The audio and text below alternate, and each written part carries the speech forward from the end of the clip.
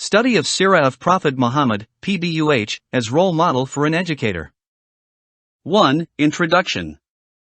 Muhammad PBUH was the greatest teacher humanity has ever known.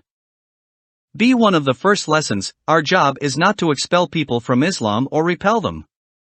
The Prophet PBUH said, by Allah, if he may guide through you a single man to Islam, it would be better for you than red camels. The teaching of the Holy Prophet Muhammad, as contained in the Holy Qur'an, is a treasure house of unlimited knowledge and wisdom in every field of endeavor.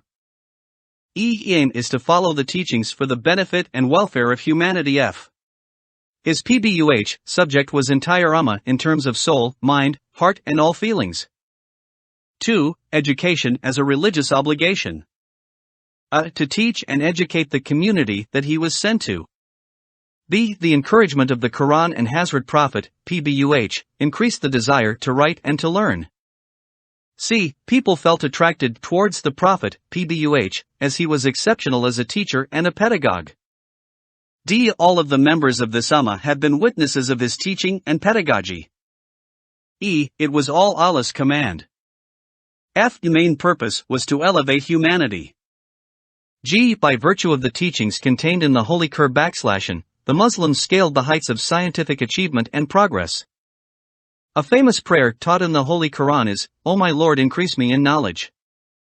115. 3. Benefits of learning from the prophetic teaching techniques.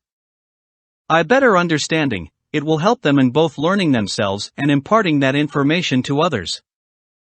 Increasing love for the Prophet PBUH, for example, in the well-known hadith narration of the Bedouin who urinated in the masjid, all the assembled companions got angry with him except the Prophet PBUH.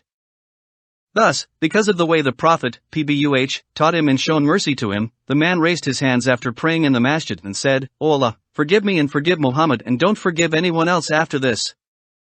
His love for the Prophet PBUH grew manifold due to the manner in which he taught him. Improving our efforts in dua, calling people to Islam, teaching them methodology of the Prophet PBUH. 4. The Holy Prophet P.B.U.H. as an educationist. Importance to literacy. Captives of the Battle of Badr could not afford to pay ransom to be freed, but they could read and write. Holy Prophet PBUH made them teach 10 children to read and write.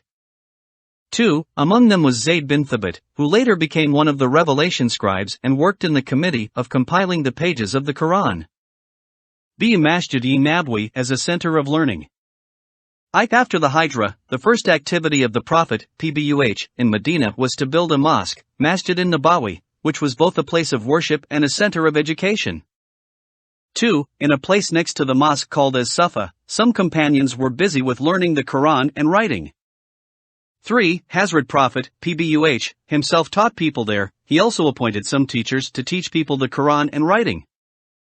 4. Ubadah bin Samit was one of the companions who taught the Quran and writing there. In new places for learning, 9 more mosques besides Masjid-in-Nabawi in Medina when the Prophet was alive. Education without discrimination.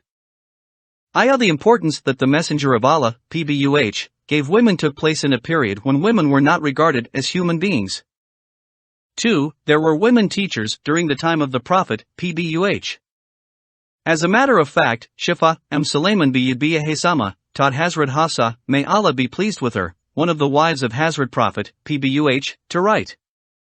3. There are 2 rewards for a person who educates a female slave, trains her, frees her and marries her off. 4. He allocated a special day for women and gave them a talk.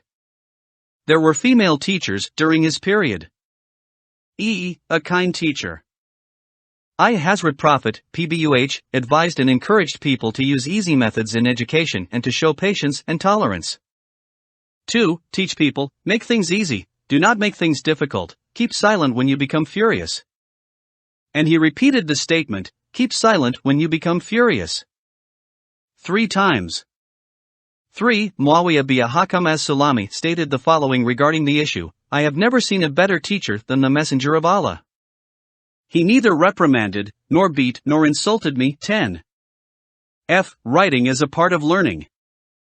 Writing is very important for the activities of Hazrat Prophet, PBUH. 2. He dictated the verses of the Quran. 3. He arranged the document of Medina in writing. 4. He organized the first census in writing.